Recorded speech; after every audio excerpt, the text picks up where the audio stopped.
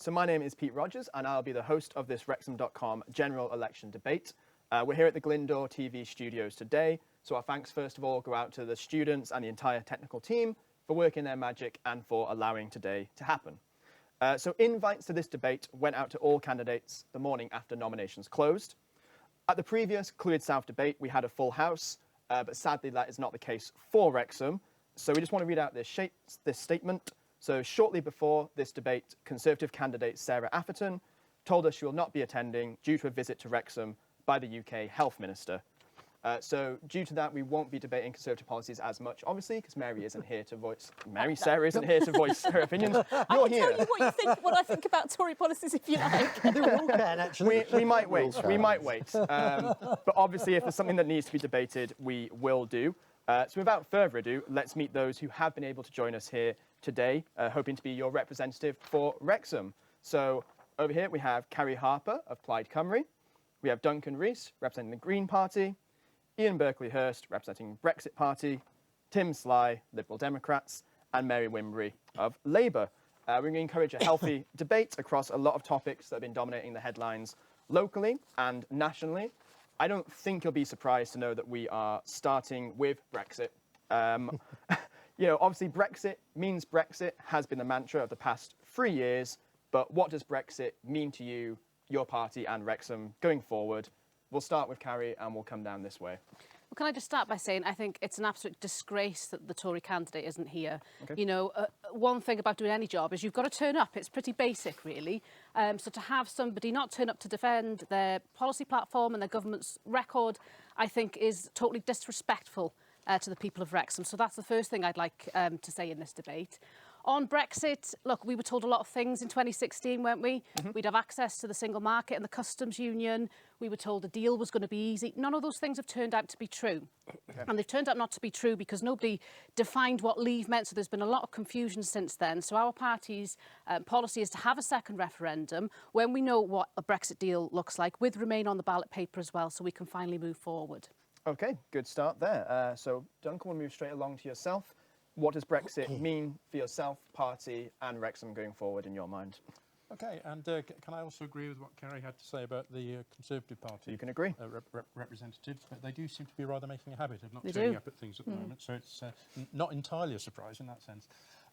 The Green Party is very unapologetically a party of Remain. That has been our consistent policy all the way through this process. Not because we think everything in the European Union is ideal, but because we think it is the best way that we can actually go in terms of things like the economy, international peace and security, the environment, and many other issues of concerns to us.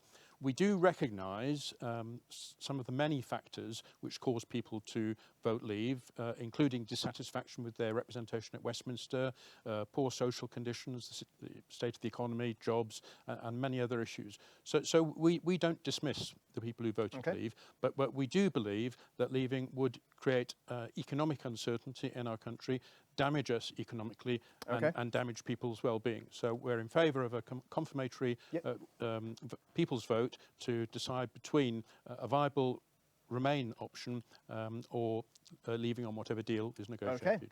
Okay. So Ian, my turn. Representing Brexit Party. What it means to me and what it should mean to the voters here is freedom of speech, freedom of worship, freedom from want, and freedom from fear. They're the four fundamental United Nations freedoms. What the European Union has given us is free movement of goods, freedom to services, free movement of capital, and free movement of workers. And what I'd ask the voters in Wrexham to consider in voting for me is this: do you want to be part of the free world, or do you want to remain in a small regional club, pay a large annual subscription, comply with the rules and regulations made by appointed leaders that you cannot vote for and you cannot get rid of? That's what it means for me and the Brexit Party. Cool. Passing over to Tim for Liberal Democrats, of course. Brexit means Brexit. Brexit means the slow death of British manufacturing and the loss of many thousands, indeed millions, of skilled jobs. Wales has historically had a much higher percentage of manufacturing activity. Manufacturing makes up a much bigger part of the Welsh economy than it does for the UK as a whole. Here in Wrexham, we have the largest single concentration of manufacturing in Wales. So I think in any downside of Brexit, it's clear that Wales and Wrexham in particular will be hit hardest. Okay. The Institute of Fiscal Studies, which I think is fairly well respected as an independent think tank, estimates that the damage to the UK economy from Brexit over the next 20 years will amount to approximately £189 billion. Okay. And we would rather remain in what is not, as Ian put it, a little regional club, but the largest grouping of independent and free nations, using common regulations which, unlike his assertion that these are set by unelected mandarins, are actually set by our elected representatives who we send to the European Parliament, and which have enabled British companies to trade seamlessly across Europe for the last 20 years to their great advantage. Okay. We'll hear from Mary on the end here, and then we will come back around if anyone wants to challenge anything or respond to things that have been said before we move on to another topic. So, Okay. Mary, Brexit means Brexit. It does indeed, but I'd also say we are all here to audition for being the voice of Wrexham in Parliament. And if you're not prepared to turn up and be your own voice, I think that's pretty disrespectful to the people of Wrexham. Okay. And actually, in particular, to have the English Health Secretary who has no jurisdiction in Wales. But to move on to the question, like many people, I voted to remain in 2016, but I accepted the result straight afterwards. And I think a lot of us thought a reasonable deal could be negotiated based on the results of the referendum. Instead, we've had 3.5 years of chaos led by the Tory party. We're on our second general election, third Prime Minister, 2 deals, and actually we haven't been able to not only sort out what we were doing about Brexit, but sort out what we were doing about all the other issues that face the country. I think 3.5 years down the line, the only option is to put a deal back to people and say, is this what you want? Cool. I'm impressed you kept count of all those things, by the way. So we'll come back round this way if anyone wants to add one more onto the Brexit topic or challenge anything that's been said, and we'll move on to some slightly more local issues as well. But Carrie, anything else on Brexit? Yeah, I've got a question for Mary, really, and it's whether you seriously think it's credible to have a neutral stance on what is one of the key issues that is defining politics at the moment, and to not decide which way you're going to go on Brexit till your spring conference, because what people are telling me on the door is they really do not think that is a credible policy position to have. Okay. I mean, I think what matters, having had a referendum, is what the people think. And what we've therefore got to do is to put a vote on a deal back to the people. Each of us individually will campaign as we choose. So you're not going to say whether you're going to campaign for Leave or Remain, because this is the critical point, and this is what people have an issue with. They want to know where we stand. They want to see leadership, and what this is from Labour, unfortunately, is a fudge. Personally, as I said, I supported Remain in 2016. Nothing has changed my personal opinion since then. Welsh Labour is committed to campaigning for Remain because we think that is because Welsh Labour is committed to campaigning for that in the referendum. But the National Party has taken a decision that it will go to a UK conference for other people to decide what they do. But I think we are clear exactly what we're campaigning for. But what we're also clear is the decision isn't up to MPs who haven't been able to sort it out for the last 3.5 years. The decision must go back to the people, and everyone in Wrexham's vote would be equal to mine, and I think that's the only reasonable way to approach it. We need credible leadership. So with just a mind on time, if you want to weigh in with anyone else there, what's even been said between the two ladies, or any other points you have on Brexit? We'll start with Duncan. We'll just come this way. Sorry. Yeah, just a brief observation, really. Namely that this is probably the most important peacetime decision that this country has ever taken about its future. And that's why we think it's absolutely essential that there is a confirmatory vote, especially given the fact that about 2/3 of the people in this country did not vote to leave. You know, about 1/3 of the people didn't actually bother to vote at all, and the Leave and Remain vote was very close. So we do desperately need that further people's vote now that people are in a better position to know exactly what would be involved. Okay, Ian? To answer it, it's quite simply the largest ever vote that took place. 17.4 million people voted for Leave.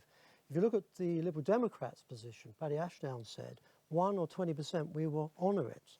Now, for the last 3 years, we've had a parliament of 485 Remainers and 162 Leavers wrecking this country, trying to play this country down. And the only party for the voters in this constituency that really will get us out is us, the Brexit Party. Because Boris is actually selling a turkey, not a chicken for Christmas. Okay, we've mentioned Conservatives and Liberal Democrats there. So, Tim, do you have any Well, response there? I can agree with Ian to the extent that Boris's deal is a turkey, because it isn't a deal. It's nearly Christmas. It just gets us out on rather poorer terms than Mrs May would have got us out, but it says nothing about the future relationship. In terms of the Liberal Democrat position, we are unequivocally a remote party of Remain. We support a referendum. If we should, by some miracle, on December the 13th, find ourselves in a position to form a majority government, we would take that as a mandate to stop the Brexit process. But on the likelihood that we would end up with a block of MPs who were able to influence the outcome, perhaps in a hung parliament, we would push for a second referendum. We were faced in 2016 with a simple choice of Remain or Leave. Nobody knew what Leave would mean. Nobody knew exactly what Remain meant, because Britain was the only party in 40 years that knew nothing about how Europe worked. Second referendum? No, I think we've got that clear. As I'm sure you're aware, there's a lot of other issues we need to discuss. I think people have heard a lot about Brexit. We'll probably come back to it at some point throughout the course of the session, I'm sure, in some way. So we're going to come from the middle now. We'll be starting with Duncan, and we'll move our way around. We're going to be looking at health, obviously a big issue locally and across the country. So specifically on health, that is a devolved issue in Wales. How does your party's policies fit inside that system in what is a Westminster election? And as an MP, can you really make promises on health? A couple of things there. First of all, obviously, health is a devolved issue in Wales, and therefore the role of the Welsh Government is key. But also, looking further ahead, Wales is going to be having greater tax-raising powers in terms of the money that we spend in Wales. And so, looking ahead, I think that we've got to be very clear about what the needs are in Wales. At the moment, a great deal of the money which is spent in Wales stems from central government, and clearly the settlement there needs to be improved. We have to get more GPs, we have to lower waiting times, we have to improve on the waiting times for emergencies and those kind of things. The health service in Wales, although it is different from the NHS in England and in Scotland, is suffering from a lot of the same problems. They badly need addressing, badly need more resources to address them. Yeah, that's a good start off. Ian, yourself, promises on health. Well, the promise on health is to look at the current system that we have with the Labour running the Assembly. We're going to be standing people in the Assembly, so we get Brexit people in there. We can then review how the funding is done, and currently at the moment it's on a per head basis of people. It could be on a needs basis. Our research says 5 to 7% more funding could be available. We then need to look at the local hospital. I have experience of that. My daughter and I spent 12 and a half hours in there. Total chaos on a Sunday, because it was mostly locums who didn't own any of the patients in the hospital. 2 in the morning, the chief consultant came out, cleared up the mess in about 20 minutes. It means focusing to remove the staff that have been paid excessive amounts as locums and encouraging the existing staff and giving them support. It is a root and Bart's review. That's what we're doing as a policy in this seat. Okay. Tim, yourself from Liberal Democrats. Okay, there's a few points, and I think nationally the Liberal Democrats would put a lot more money, roughly £11 billion, into health and social care, and tackle the £6.5 billion backlog of repairs and maintenance needed to hospital buildings that are crumbling. Here in Wales, yes, it is a devolved matter, but it's fair to say that most of the funding is coming from central government via the Barnett formula. Yep. So we would make the money available. It would then be up to the Assembly how they chose to allocate that. And I think there are two issues. There is, I think, quite a lot of evidence that the allocation of health funding within Wales is not fair between the different health boards. And in particular, I think there's quite a lot of evidence now that the local health board serving our area is not getting a fair crack of the whip in terms of funding. Okay. And the second one, just quickly, the other big Lib Dem promise is to put a lot more resource into mental health. Okay. We've talked in the past, it's been around this campaign, issues around homelessness, issues around rough sleeping. Many of these things stem from lack of appropriate intervention early enough with people who are suffering from mental health conditions that are not getting treated. Okay, thank you. Mary, same to yourself. Okay, I think we need to be clear that health is a devolved issue, but the overall envelope of funding currently comes from Westminster. Over the past 9 years of Tory government, we've seen significant cuts. In real terms, the Welsh budget under the Tories next year would be less than it was 10 years ago. So that has an inevitable effect on health services on this side of the border, and we've seen the same across the border in England as well. I think we've also seen some massive steps forward. So we've got more people surviving cancer than we've ever had before in Wales. We've managed to keep free prescriptions and free car parking for people so that they actually don't have that tax on being ill. But ultimately, we need that extra 3.4 billion for Wales that Labour is promising that we can then spend on devolved services. Okay, and of course, Carrie. Well, at a Westminster level, funny enough, today Plaid Cymru have called for a veto in terms of the NHS being part of any Trump trade deal. We think the people of Wales should have a veto against that in terms of drugs pricing, which would have an impact right across the UK. So even though health's devolved, that is key in terms of what's happening because of Brexit at the moment. Locally, the biggest thing that's raised with me is waiting times at the miler, people struggling to get access to GPs, to get appointments, and a lot of those issues are down to management. We do have a big problem here. You know, in Scotland, for instance, we have a devolved government, we have austerity. They're performing much better in terms of A&E waiting times. Welsh Labour have buried their heads in the sand. They've failed to plan long-term for workforce recruitment. We knew going back a decade that nearly 30% of GPs locally would be retiring, for instance. So we prioritise recruiting 1,000 doctors, 5,000 nurses. We need to get to grips with these staffing issues within our NHS in Wales, and it's clear the Labour government are just not capable of doing that. Okay, so we've heard a few of you mention each other's parties there. There's a couple of facts and figures. Would anyone like to challenge anything that's been put out on the table there? We'll go in the same order if you do. So, Duncan, anything to add in? Not exactly challenge, but I think a challenge to some of the assumptions which lie behind the requirements of the health service. I'll just give one very simple example. Yeah, definitely. That one of the reasons that the health service is stressed is because it is having to look after things that it shouldn't have to look after. For example, in Wales, we have a very serious problem with pollution from motor vehicles. You can see on the Wrexham bypass notices saying that the new speed limit is to reduce pollution in the Wrexham area. And this is not just a small problem, it's a huge problem, and according to doctors and scientists, it is actually having a significant negative effect on people's health in many parts of Wales. So if we can reduce some of those issues, then it will reduce the number of people using the health service facility. Ian, yourself? Yeah, I challenge Labour because they've had years to get this right and they haven't.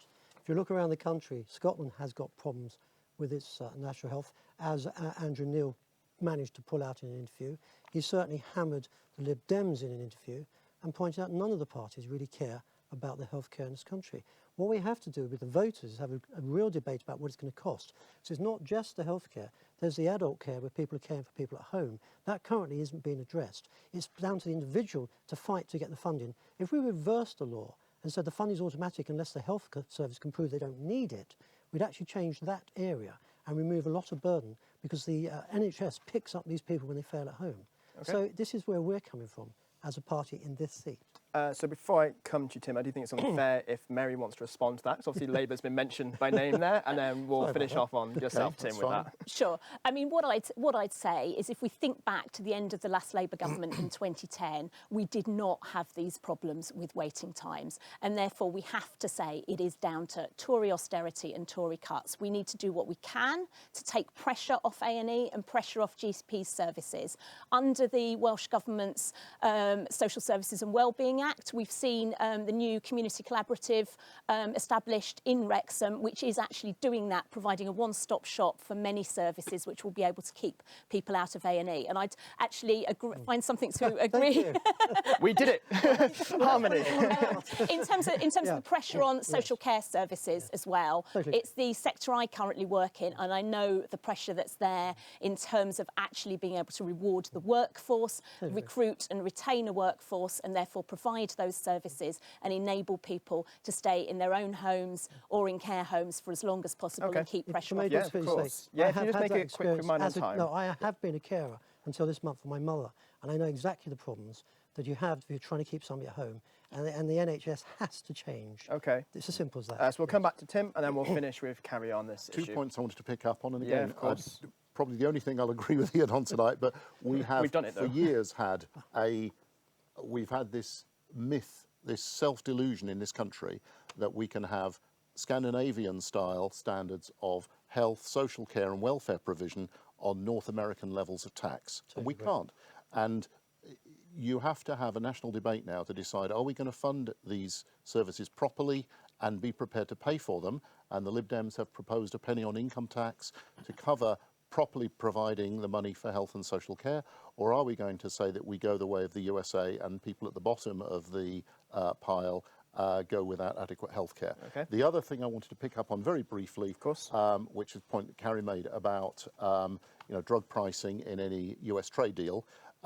If Brexit goes ahead, then a US trade deal will be one of the first priorities. We know that in every US trade negotiation in the last 15 years, drug pricing and the influence of the big pharma companies has been right at the front. I can tell you that on last year, one drug that the NHS was buying from a monopoly supplier, because it was on patent to a US company, came off patent. There are now 6 companies competing for the NHS business where previously it was a monopoly. Okay. The NHS has saved on that one drug £300 million in the first year. Just think of the people that could treat, or turn it away the other way round and say, if US companies were allowed to extend the life of their patents, that's hundreds of millions of pounds, potentially billions of pounds, that we're going to spend extra on drugs, or more likely, people who need vital life-saving treatment will have to wait or die. Cool. And I think we'll pass that over to Carrie to make another point if you want to raise anything of the points that have been made. I'd like to quickly pick up on a point that Mary made. You mentioned the 3.4 billion that Labour is promising to Wales, but you're promising 100 billion to Scotland. So why are we being treated like second-class citizens? What sort of message is that to people in Wales who voted Labour for 100 years? Well, I'm afraid that's a misconception. The Scottish figure you are quoting includes capital spending as well as revenue spending. So it's existing commitments, I understand the revenue spending is 3.4 billion for Wales, and it's a similar amount based on population for Scotland. That the figure you've just quoted includes capital spending, and that is already a part of Welsh Labour government's budget and plans. I also just wanted to pick up on something else that Ian said, actually. We'll make it a brief pickup, but yes. Brief. You mentioned people being quizzed by Andrew Neil, and it just occurred to me that, of course, the Prime Minister hasn't been quizzed by Andrew Neil as yet, so maybe our Conservative candidate is taking her line from her leader and isn't actually interested in hearing, in being accountable to people. It's catching.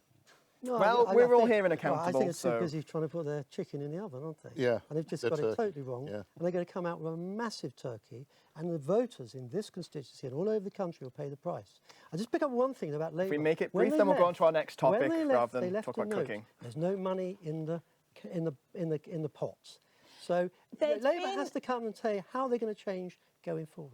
Well, can I respond to that? I mean, Labour's just... Let's make it the final response, then we'll move on to this topic. There was no money left in the pot because the Labour Party, the Labour government, had to bail out the banks after the subprime mortgage mis-selling scandal. Who was selling subprime mortgages at Deutsche Bank in those years? None other than Sajid Javid, our present Chancellor of the Exchequer. Okay, there we go. It's not us in the Brexit Party. We've got it. No, let's see if we can get you back all on the same page. You never know. There you are. Well, you actually have the chance to start us off on this next topic, so we'll see if we can get them all agreeing. We'll be in harmony again. Well, that's what it's about. It's trying to find where we actually agree and not where we disagree. Yeah. And that's where countries go forwards. And then we just argue the policies that we're different on and let the voters choose that. Well, let's see how this works out then. Politics. So you've all obviously been out and about canvassing, speaking to people, shaking hands, knocking on doors in the town, and I'm sure that you've heard face-to-face or whether it be online itself, people's frustration and worry about the town and the empty shops and regenerating the high streets. A pretty simple one really, but how would you specifically do that? Well, you start with a council that spends 30,000 putting up a fence to stop rough sleepers. That's inappropriate. Okay. So you've got to then say there's 44 million tucked away somewhere. We need to get 1 million of it. We then need to start dealing with most of the rough sleepers. Most people with rough sleepers, something's happened in life that's really changed it. They need counselling to get at that. They need to have counselling to make sure they can get back into society. You need temporary accommodation. You need to work with private companies and the council. It's not rocket science, it's done all over the country. There isn't the will, and hasn't been the will here, to deal with it for 2 reasons. Local people say in their shops and that, I just want to move them on and out the way. So the council's doing exactly that by putting fences up. And the other thing is the actual spending of the money that hasn't been real. So that's one thing. To really get the town back to what it was in the 60s and 70s, we should say to all the market traders in the district, come and trade here free for 6 months. At the end of 6 months, when you've really picked up trade, you tell us what you should pay us in rent, so you make a fair living, and we have a town with lots of alternative people selling all kinds of products. We should take the shops and we should open them up and say to the landlords, risk 6 months of giving it free to small businesses. Don't have the council tax. Take a gamble. May cost $1 million. You may make 10 or 20 over long term. What this town needs back is a heart and a life in the centre. Okay, thank you. That is a Brexit policy. That's my policy in this seat. Thank you for starting us off on that one. Tim, pass you over. Okay, 2 key points. I think, yes, there is a lot of homelessness. There are a lot of rough sleepers. Where I would slightly take issue with Ian is that I think we have to give credit where credit's due, that the council have made efforts in this direction with things like night shelters. It's not a solution, but it's a step in the right direction. Now, as to the number one thing that you see when you go through the town centre in Wrexham is all the empty shops. Most of these are owned by property investment companies. They would, in many cases, prefer these to stay empty rather than to offer them to local traders at a lower rent. The reason for that is very simple. Many of these are publicly quoted companies. Their share price, the value of the company, is a multiple certain number of times the annual rent. You reduce the rent, the value of the company goes down. So we have to find a way of breaking that. One other step, I think, is that the other thing that shops closing down always cite is the sky-high level of business rates. Now, this is something which is collected by the local council, but it's set on a national formula, and most of the money goes to central government. So the Lib Dems would scrap business rates and would replace it with commercial land tax. That would tax high street shops and things like the premises, the big warehouses used by the online retailers that are killing off the small shops on a much more equal basis. I think that's a good starting point. I'm sure people will be having comments back on that one. If we keep an eye on the question for a second with Mary, and we'll come obviously round. So town centre, regeneration, empty shops. I think the council has no overall strategy or vision for what should happen to the town centre in Wrexham. I think the Tory Independent Council is failing us there, and that's why my first pledge, if I'm elected, is to have a summit around the town centre. I think there are lots of connected issues that aren't being dealt with. I mean, Ian talked about putting the gates up. Well, actually, that's the council seeing a problem and moving it on somewhere else. What it needs is a vision and a strategy. But I don't want it to be a talking shop. There are all sorts of agencies involved in all sorts of issues. So some of it's around homelessness and drug use, some of it's around a parking strategy, some of it's around the bus cuts, getting people into the town centre, some of it's around employment and people having enough money to spend in the town centre to keep shops going as well. So I want all the agencies around the table. Let's agree a vision and let's agree practical steps that each organisation can take away and implement to get things on the up again. Everyone working together there. I'll come over to Carrie. Interesting point from Mary, given Labour actually backed the last council budget, which is interesting.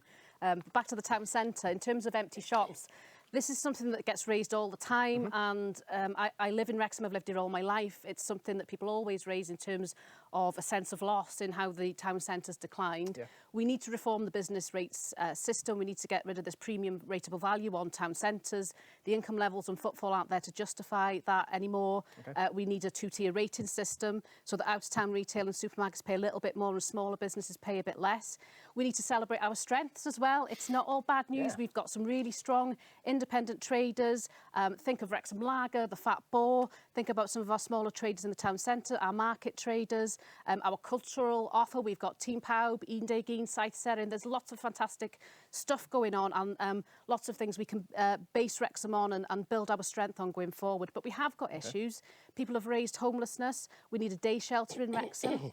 To help tackle that issue. We need drugs reform, which is something that you do at a Westminster level. We need to treat this as a health issue. We need to put more into education. So there is no easy magic bullet for this, but there are answers. But we've had Labour for 80 years in Wrexham. You know, if they were going to make inroads here, then I think they'd have started to do it by now. But we've not seen that. So we need people who've actually got solutions to put on the table. Okay, before we all weigh in on all the points raised, which I'm sure we will, of course, we'll get Duncan to have his say on this topic and we'll come back around. Okay, well, I agree with a fair amount of what's been said. So I'd just like to touch on one which has been mentioned by several candidates, and it's first of all the issue of drugs and drug use in the town centre, which is an issue that people will be aware of. And one of our policies in the Green Party is to do what we actually call ending the war on drugs, because we don't see any evidence that the current methods are actually working. You know, the supply side enforcement of intercepting drugs is not working, and the criminalisation of people on the streets is not working either. All we're getting instead is a massive corrupt criminal empire spreading across the country and encouraging crime.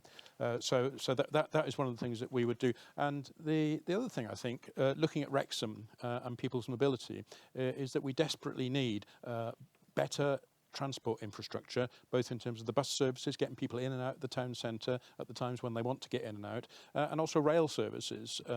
So, you know, building new stations on the railway lines closer to Wrexham to bring more people in. Okay, so we've heard a lot there from topics ranging from homelessness, transport, business rates. If we can all try and pick one, if you desperately want to challenge it, just again with a mind on time so we can get through a lot of issues I'm sure you all want to talk about. So Ian, if you want to pick us up there. Well, I know all the parties are taking on our policies. We've got pledges coming from Labour because they know manifestos are just ignored and they don't follow it, which is why we have pledges. Business rates, well, we're saying no business rates.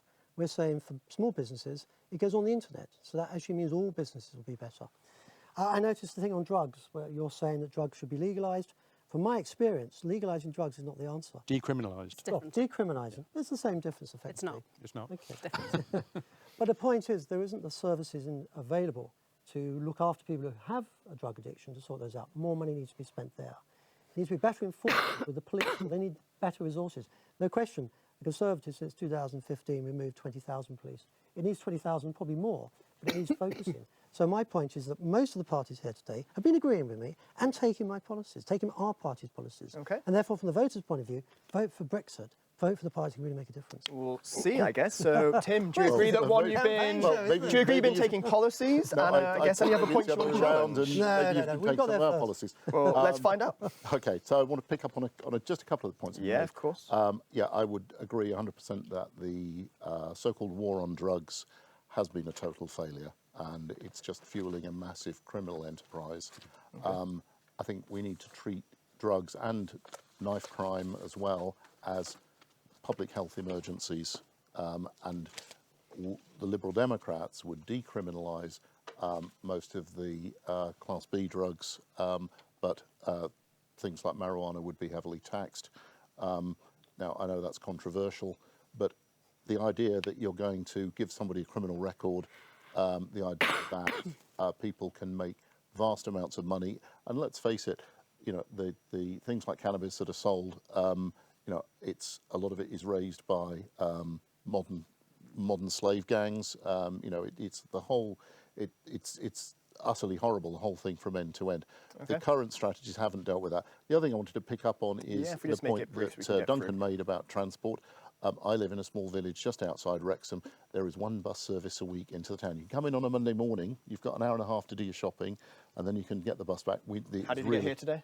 Unfortunately, I came by car because I had very little choice. Okay, we'll find out. So, Mary, any other points you want to pick up on there? If we can maybe try and choose one out of the menu, but it's a hard choice, I know. Okay, two. So I was just going to pick up on Carrie saying Labour's been running Wrexham for 80 years. Well, we've currently got a Tory independent council running Wrexham, and we've got a Tory government in Westminster that's setting the overall budget. Now, I do think we haven't had enough money coming through from that Tory government through to Wrexham, but I also think the council hasn't always spent it in the right ways either, and we need to be putting money where it matters. I did have something to say on transport as well, but you may come on to that with another question. We possibly will come back around. We'll find out. If not, who knows?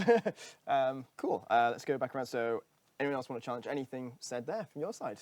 Well, I would have made the point actually to the Conservative candidate about austerity, because we've seen record levels of homelessness and rough sleeping. And what's driving that? It's austerity. Yeah. You know, it's the cuts to council budgets, it's welfare reform, things like universal credit, the bedroom tax.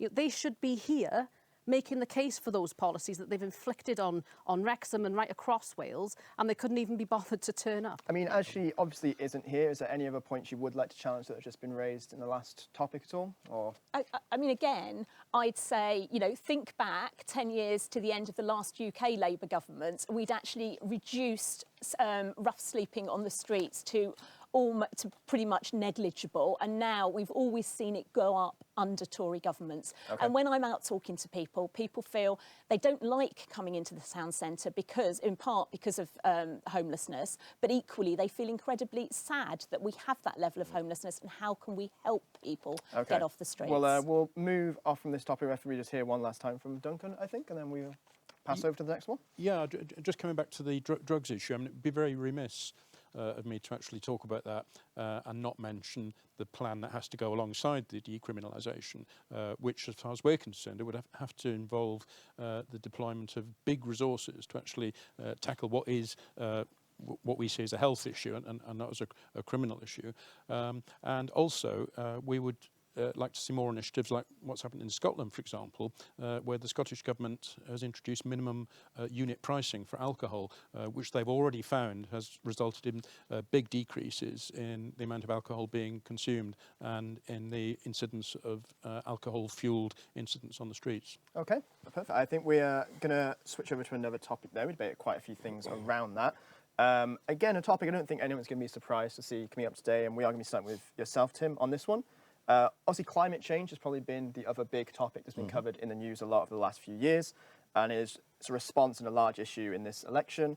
So why is your party's policy better than the others, would you say, on climate change? What can it offer? Okay, so what we can offer, climate change is something which is going to affect us all, and we have just one chance to get that right. Somebody said there's no planet B.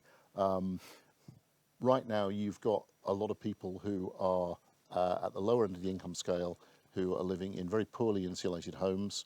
One of the Lib Dem policies would be to fully insulate the homes of everyone so that by 2030, all homes in this country are brought up to a decent insulation standard. That minimises the amount of energy that you have to put in. Okay. The other thing that we would do is encourage and invest heavily in more renewable energy. It's something that the present Tory government has been very shy of, and I think, you can say that there are vested interests in terms of the fossil fuel companies and also the nuclear power lobby.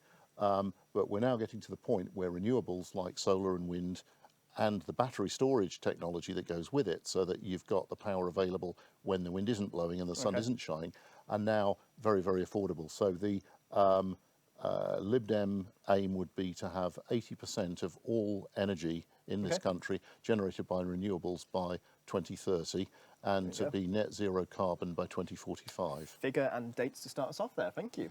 Mary, you want to come in on that? Absolutely. I mean, tackling climate change has to be a priority. And I would like to talk about Labour's record here as well as what our plans are. So thanks to the Welsh Labour government, we're in the top 5 countries in the world for recycling rates. And we're already, in terms of energy usage, over half in Wales is coming from renewables. So that's something that we need to build on. We touched on transport as well and how, people are having to be reliant in Wrexham on cars. Yeah. And, if you haven't got a car, then you're cut off from services and ability to shop, etc. We have got investment coming down the line, again, from Welsh Labour into transport services, developments of extra train services to Liverpool and to the North Wales coast. And that's something, and reductions in fares as well, particularly for young people. I think that's something that hopefully will enable us to use more public transport. Okay. We've got buses, the council has got no strategy on. In Flintshire, a Labour-controlled council, you've got support for bus services to enable people to use those as well. But at a national level, what Labour's promising is a Green New Deal. We're going to need industries of the future. And if I'm the Member of Parliament for Wrexham, what I'm very clear on is we have to ensure that some of those jobs from those industries come to Wrexham, and we ensure that people here have the skills and education to take those up. Okay, thank you very much. So stealing Tim's line, no planet B.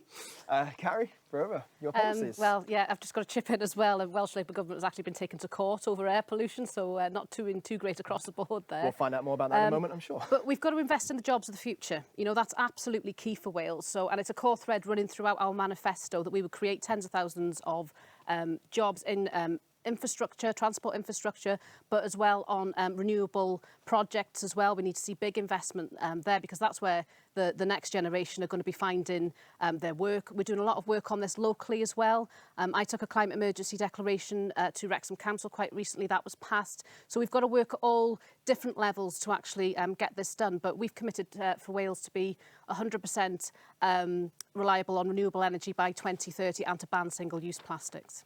OK. Comes Duncan and the Green Party. Okay, well, it'll probably come as no surprise that this is one of our priority issues. And I think Carrie has just mentioned it, but I think there's one word that's not mentioned often enough in this connection, and that is the word emergency. Because the warnings from scientists and from many professionals in this area now are getting more and more insistent that this is an emergency and something needs to be done. Words are not enough, and I'm afraid that the proposals that many other parties are putting forward, including the Labour Party, I have to say, are just not good enough.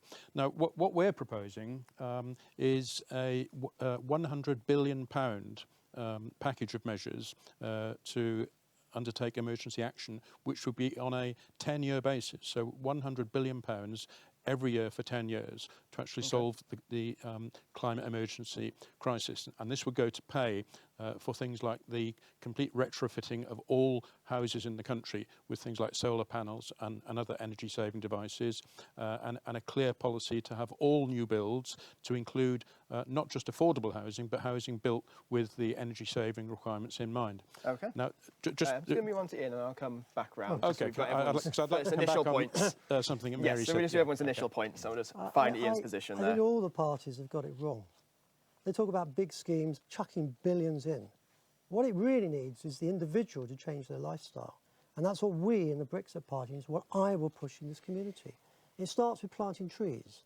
There's a site in America, 1 billion trees, they say, and you may scoff, but it's not billions that are going to sort it out. It's individuals and a few bob that can make a difference. Okay. There's a group in this community who go around planting vegetables around, supported by the council, like guerrilla planting. I think that's brilliant. That is really going to help the community improve the environment.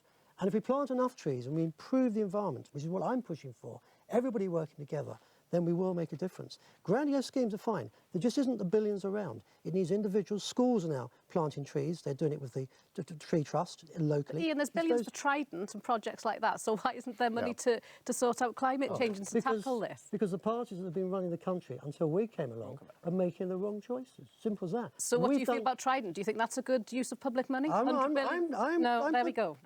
We are discussing climate change, but I think it's far more important to the people in Wrexham is the quality of the climate. I agree. When you've got speed limits reduced because they can't find a real way of sorting out the climate problem, that's not the answer. My view and the policy of our party is to start planting lots of trees as a starter that people can do. And that's where we're going. All right. Well, obviously, we throw it back to all the parties possibly have it wrong. And there's some other things been brought up there around maybe transport, health, individuals, money. What would you like to challenge anything or raise another point there? Yes, people do have to change their lifestyle, but you have to have, it has to be a viable change. Okay. For example, Wales, a lot of people would like to change to an electric car.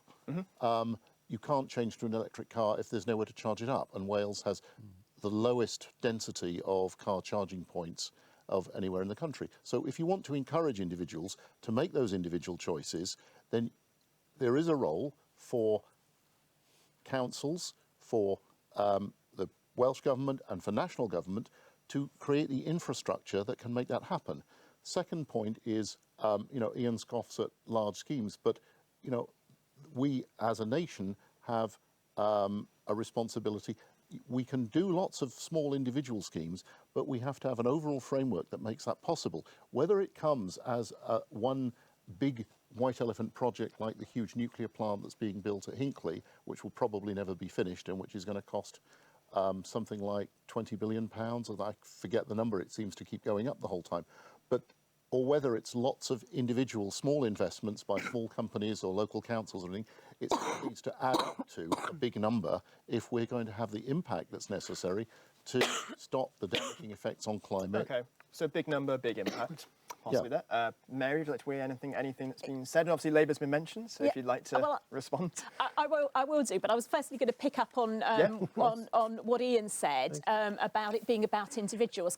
Individual action is clearly important, but actually we need the infrastructure from governments, from local authorities to support that. And as he was talking, I was just thinking back to the days when, you know, I used to recycle by putting stuff in bags and taking it to a recycling point. Now, you know, people did do that. I did do that, but people have busy lives as well, and you need to make it easy for people to do these things. So I think the infrastructure that we've built up around recycling, for example, shows that we do need a government and local authority action to encourage things that will help deal with climate change. Okay, perfect. Are you okay for me to come to you, or would you like me to go in the middle first? No, that's fine. You sure? I don't want to risk your health doing this. It's a winter campaign, so I'm on my second cold, unfortunately. Yeah, we'd like a summer election next time, everyone. Yeah, that'd be nice. Someone said to me, the only good thing about a winter election is there's less people opening the doors with no clothes on. That's a good one. We'll run a poll on that at some point. But, if we want to come back to climate for a moment, Or they're not the right ones. if we want to let Carrie have her I say on haven't this. had that problem yet, luckily. But I'd agree with the points. We all need to do things on an individual level. You can't carry on to consuming and expect there not to be a consequence. So that cultural change has got to happen across the board. You know, we can do things individually, but think about single-use plastics, for instance. You know, the biggest use in my household is going to the supermarket and coming back with all that packaging. So you need that leadership from all levels of government as well. So I think we've got to get it right across the board. Cool. Duncan? Yeah, I mean, a few things. First of all, yes, it's important for individuals to take their own personal actions, but no, that's not going to be anywhere near enough. You know, and the crisis that we're in at the moment, according to the scientists, means that we have got to get to carbon zero or close to it by the end of the next decade. That's 12 years from now. That's the scale of the urgency. And I'm sorry that planting trees is not going to solve that particular problem, although possibly defending and protecting the Amazon rainforest from being demolished by loggers could go some immediate way to solving it. Can I just say one more quick thing? Yeah, if we just wrap up on that one. Railways and other developments in public transport are great if you're trying to get people out of their cars, but those are not things that individual people can do. It needs to be done by governments. And unfortunately, since the Tory government cancelled the electrification of the main line into South Wales, Wales is still without a single inch of electrified rail track. We've got the dirty diesels instead. And so if you're going to provide better public transport that people will need to come out of their cars and make it environmentally friendly at the same time, then we need more electrification of the railways. Okay, and Ian, if you'd like to weigh in with your final point on this topic. 2 points. Firstly, 2 points then. Well, there is. If you really want to stop single plastics, you do what the car industry did and Europe did. It took them 7 years to change their requirements in terms of emissions. So you set a deadline 2 years' time and say all single plastic is banned. That's when a government leads the front. The other point is Labour. Fine to go and pick up the rubbish. Let's get to the individuals that create the rubbish and stop it at that source. That's a totally different approach we have from our party. And that's why I say it's the individuals in this community that you actually have to work with. Big money doesn't work. It just loses it. It spends it. It doesn't focus. It's the people we need to work with. Vote for me. That's what we'll be doing. Brexit Party in Wrexham. Okay, a lot of things to think there on the same topic, which is very interesting as always. I think we're starting with Mary this time round. And we're looking at leadership in particular, because obviously people are voting for yourself and they're voting for a party. It is part of that deal. So why do you personally believe in your party leader? And are they a person that the people of Wrexham should look up to as a role model? Well, I think I've been a member of the Labour Party under 5, 6 different leaders, I think, and I've had my agreements and disagreements with all of them. But I think, you know, what matters is it's the 5 of us plus the other candidate who are on the ballot paper here in Wrexham. I think we've got some really progressive policies that have come through from Jeremy Corbyn as leader of the Labour Party, and I'm happy to stand on those, but I'm also standing as, you know, myself to be the Member of Parliament for Wrexham, to be the voice for Wrexham, to stand up for Wrexham and to challenge whoever I need to do so while doing that. Okay. Carrie, same to yourself, looking at leadership as a whole. Well, I'm really glad to see that Plaid Cymru is getting a platform in this election, because a lot of the time the smaller parties unfortunately don't get a voice, and it's great to see Adam perform so well, Adam Price, on a number of television debates. I think he's doing a world of good for Plaid Cymru. He's getting that message out there that if we want a voice in Westminster, then Plaid Cymru is the way forward, because always for us Wales is going to be a priority, and I think that's a key skill he's delivering really well in this election. A huge amount of experience as an MP as well, and somebody who's a clear born leader to take us forward in Wales. Okay, thank you very much. Duncan, yourself? Yeah, I think we're very happy with the leading role that Green politicians are taking in this election, and the kind of prominence that they've achieved in some of the election debates. It's unfortunate that the BBC in Wales has taken the decision not to allow the Green Party a platform, and that actually included the debate they did with the other candidates in Wrexham recently, which we've protested about. But in general, I think our party has completely outweighed, if you like, its actual electoral presence in the impact it's had on the policies which have been developed on things like climate change. And we're quite gratified that all the parties are actually following in our wake on that one, even though we think they've still got a long way to go. Okay, well, I hear this is the most important debate to be televised in anyway. It's the Wrexham one everyone's hoping for. So, Ian, yourself on leadership? Well, if you look at Nigel Farage, we wouldn't have had the referendum. We wouldn't have had parties stealing the votes of 17.4 million over 3 years. And we wouldn't now be debating the way forward to this country. So I've got a leader who's phenomenal, one of the best orators we've had ever. And his policies, if they go forward... Phenomenal at making a right mess, yeah. Well, I wasn't making any comments when you spoke, so I'd rather you didn't when I speak. The question was simply, do I support my leader? Yes, he's the right leader for this country. I'm the right leader for this seat, because I will go into Parliament with the same power and belief as my leader does, and fight for this seat, and fight for the individuals. So that is the answer to your question. Cool, thank you. And last but not least, of course, leadership. Well, I think we have politics in this country which is far too dominated by middle-aged and elderly men of all parties. And I think in the Lib Dems we have somebody like Jo Swinson, you know, as a young woman, a very different style of politician, somebody who has energised and engaged with a lot of younger voters. And I think she brings a freshness to our party, and yes, I'm very supportive of her, and I think the party will perhaps surprise people when we get to December the 12th. Okay.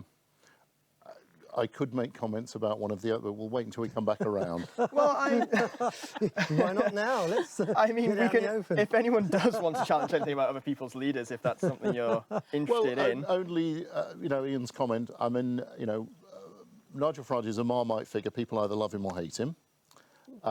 He's a divisive character.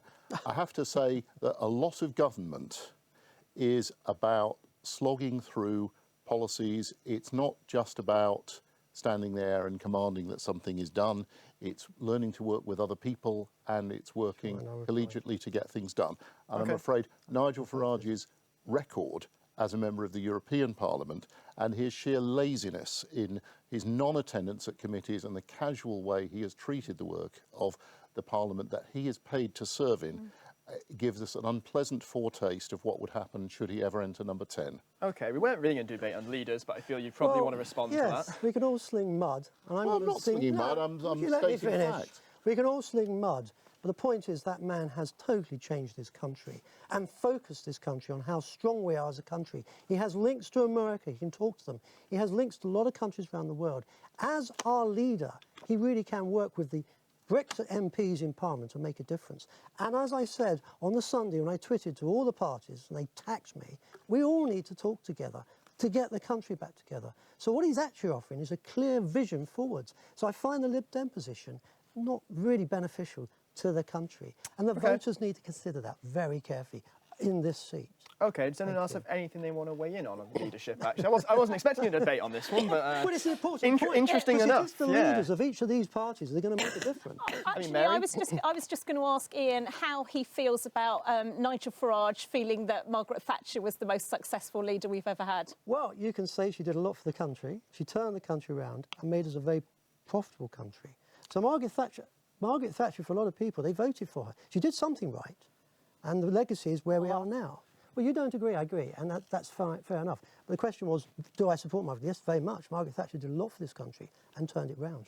Destroyed most of Welsh industry. Yeah, Well, exactly. that's another matter. I would say the people in Wales... Well, it's quite important to people in Wrexham. Can I finish the question? You can definitely finish I your don't point. think the leaders in Wales fought strongly enough. If I was in Wales and leading it, I'd have been fighting for a lot more money for Wales in Parliament, and that's what I'll be doing. And I just don't think the people in Wales have had a fair shout from their leaders. That's why I'm standing, and that's why the party's standing. You haven't got any Welsh policies. Oh, we've got Welsh policies. They were announced a couple of days ago. Well, maybe we'll find one in the next question. We'll try and do one more of our main topics, and then we've got a couple of questions to end on. So we'll come back around to Carrie. Part of a lot of what we discussed today, whether it be sort of the homeless stuff, the Wrexham Town Centre, I think a link we haven't really touched on yet is obviously the association with crime there. So our question really is fighting crime just a numbers game of having more police personnel, or is there more to it, in your view, and your party's view? Well, police numbers matter, you know, and we've seen savage cuts to policing across North Wales, which do impact, you know, there's no getting away from that. But what we would like to do is devolve policing. If that was devolved to Wales, it would bring in an extra 25 million a year. We'd use that to recruit more officers. That's been blocked at a UK level, unfortunately, by Labour as well. But, you know, that's the obvious way forward, is to make sure we devolve it to Wales so we can get more money into the system and that we have that control at a Welsh level. OK, thank you for starting us there. Duncan? Yeah, I think the issue of policing and the extent to which that is consented to or got involved in by the local community is a very important one. Yeah. And one of the things that we would like to see is more devolution of things like policing into local communities, to local authorities, to actually involve the people that this service is meant to help more in actually deciding what is being done. Of course, it needs more resources, as I'm sure we'll all say, but this has got to be part and parcel of a more realistic attitude towards public spending on the basic services that people need. And as with so many things, you simply can't get away with not spending the money that needs to be spent on them. OK, thank you very much. Ian, yourself and the Brexit Party? Well, I think we all agree money is an issue, and that's something that needs to be discussed. But the social problems that families face in growing up, not having enough money, not having the support and the healthcare, and these are issues that Labour should have dealt with in Wales a long time ago. It needs the families to be brought up with the support and the money they need, so they don't have a requirement to commit crime. They don't need to commit crime. Policing itself definitely needs more police officers. The Conservatives took 20,000 off the street since 2015. It needs more than 20,000 just to get to the figure we were in 2015 because of the population increase. So there's actually, even with their 20,000, it'd be less. But they need the technology to be able to do their job properly. But they also need the support of a government that says we'll give you the laws and we'll back you up. OK, laws and technology. Really, yeah, it is. And it's also dealing with the issues of poverty at the root. OK. So it's a very much bigger scheme than just police officers. We'll see what everyone thinks. Tim? Policing is certainly part of it, and the Lib Dem policy is that we would devolve matters of policing, criminal justice, youth justice to Wales and put more money into it. But it's only the start. What makes people turn to crime? How do you attack the causes of crime? Unfortunately, as the police numbers have been thinned out so massively over the last couple of decades, what we've seen is that police services increasingly just work to targets. If you give somebody a target, they will respond to that and they'll ignore the things that don't count towards their target. We need to look at policing as one part of a much more integrated whole. So we need to get much better co-working between the police and the other agencies. And we need to be looking at some of the causes of crime, including poverty, deprivation, issues around mental illness that we've said we've put more funding into. So linking it back to those other issues there. And Mary, yourself, on crime fighting, is it a numbers game or is there a lot more to crime fighting for you guys? It's both. I think everyone's agreed that the Tory cuts to police numbers have been devastating. And again, if the Tory candidate was here, we could ask her about why they're, now talking about investing in more police, but still not getting them back up to the numbers they were when they first came into power. The Welsh Labour government did take a decision to invest in police community support officers because that was something it could do under under its existing powers to try and, you know, do its best to make up for that shortfall in policing. But it is about wider issues as well. And I'd come back to what I was saying early on about town centre and planning there. Actually, you need to think about how things are designed, what people's routes are, how you can encourage people to walk around and make areas safe for them. And I think there's all sorts of issues around that as well, and other, you know, other areas that contribute towards making crime easier. Okay, well, not too surprisingly with debating these topics, we are pressed for time. So this might come back up in your answers to our final 2 questions, so we'll find out. This can be one general question, really, but we'll start in the middle, Duncan, to carry on our sort of order. So Monday, the 23rd of March, 2020, will be 100 days after the election. What is the most solid and tangible thing that you will deliver for the people in your constituency by that date? I think as far as Wrexham is concerned, it needs to be both facilities and services that people need in Wrexham anyway, but it also needs to be something which is actually genuinely and as a matter of priority tackling the climate emergency that we face. So my inclination would be to go for public transport, better bus services, we've talked about that already, better rail services, and making a contribution to the work that we've got to do in 12 years to actually avert that climate crisis. Okay, thank you very much. Ian? First 100 days. Well, after 100 well, days, up to 100 days, you've asked. Yeah. You want to go beyond, I'll give you beyond. My first 100 days is dealing with the rough sleepers, getting the council on board, getting all the other parties around here on board, and we make a difference, so we remove them from the street, give them the support they want. That's my target. It'd be the first 4 or 5 days if I'm elected. I would be out there talking to them and really making a difference. That's one clear policy that will clear up the mess in the centre of town, make it better for the people here, and they'll see that we actually care as a party for Wrexham. Okay, thank you very much. Tim, I'm sure you're glad to hear that Duncan will fix your bus route for you, so that's that one. But for yourself, that's taken care of. In the first 100 days, for Wrexham, yes, we urgently need action on rough sleepers, and we need to get action going to get life back into our town centre. If you're asking me what I'd do at a national level in the first 100 days, I'd want to stop Brexit. Okay, that'd be simple as that for you. I say simple.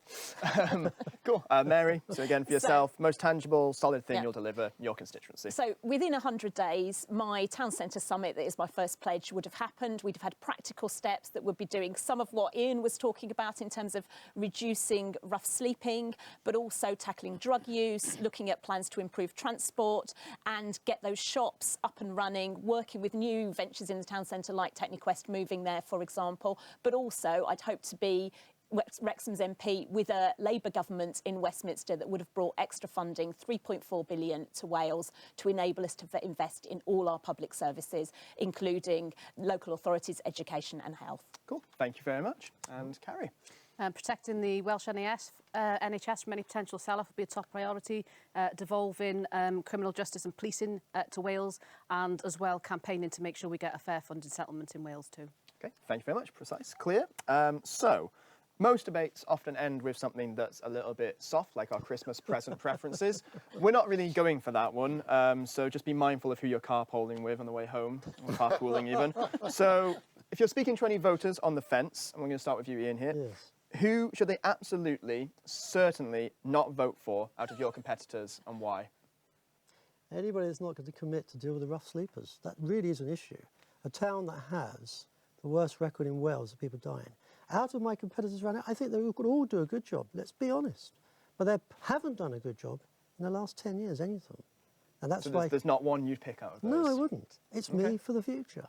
It's as simple as that. Asking for a lift home from one of them. Well, I'm driving home myself, but that's another matter. Because you can't, as they've said, have the infrastructure for a green car. That's something we would deal with in our policies. Okay, thank you. Cool. Tim, any of your competitors certainly shouldn't be vote for? Okay, I would, if you push me, I mean... I'm pushing you. I say this reluctantly because I've tried to say the whole campaign should be about something positive that you do want to vote for rather than something that you don't. But I personally think that 5 years of a government led by Boris Johnson would be an utter disaster for this country. So I would say to people, please don't vote Tory. Okay, there we go. Mary? And I'd say don't vote for the candidate who wasn't prepared to turn up to the job interview with Wrexham.com. Okay, easy answer there. Carrie? It's nice and simple for me. It's the Tories. I mean, I've seen rising poverty levels in Wrexham. We've talked about rising homelessness. There are some cruel, callous policies coming from that government that in the future I would never want to see inflicted on Wales through a right-wing government that we didn't vote for. But yeah, I'd echo the point. You know, if you can't be bothered to turn up and defend your policy platform, you don't deserve anybody's vote. Okay, and then last but not least. Well, with no offence intended at No, all, Ian, I would have said the Brexit Party because I believe that its impact in general on British politics over the last few years, whether in its current incarnation or as UKIP, has had a wholly poisonous and detrimental effect on our whole political discourse. It's set people against each other and communities against each other in a very, very unpleasant and toxic way. Having said that, I also believe that a 5-year spell of government led by Boris Johnson would be a complete disaster for Wales, for towns like Wrexham within Wales and for this country as a whole. And therefore, I think people should think very seriously about that when they're casting their vote. Perfect. Well, thank you so much for all being a part of this tonight. It's been a healthy debate, and we do want all of you to have one final chance to speak. Give a very quick message to any voters out there. We're going to try and limit it to about 30 seconds just so you can all eventually get home and beat the traffic and whatnot. So I'll start with Tim and we'll go around. So no pressure. So no pressure at all. Okay, so in 30 seconds, if you vote for me, if you vote Lib Dem, you'll be helping to stop Brexit, you'll be helping to support and protect high-skill, high-wage jobs in and around Wrexham. You'll be voting for more money for the NHS, more money for mental health, more money for teachers and police, and of course to stop Brexit. Okay, thank you very much. Mary? If you elect me as your MP, I'm committed to standing up for Wrexham, sorting out things in the town centre, getting more money into Wales and into Wrexham, tackling the climate emergency. I'd also say I'm the only candidate here. Look at the recent polls, look at the last election result. I'm the only candidate who can stop the Tories winning in Wrexham. Okay, thank you very much. Carrie? I've lived in Wrexham all my life, so I'd urge people to back a local voice and also to look at what's going on in Scotland. Look how their agenda is much higher up the priority list since they started voting for the National Party. There's a reason we're being ignored in Wales, and we can solve that by voting Plaid Cymru. Okay, thank you very much. Duncan?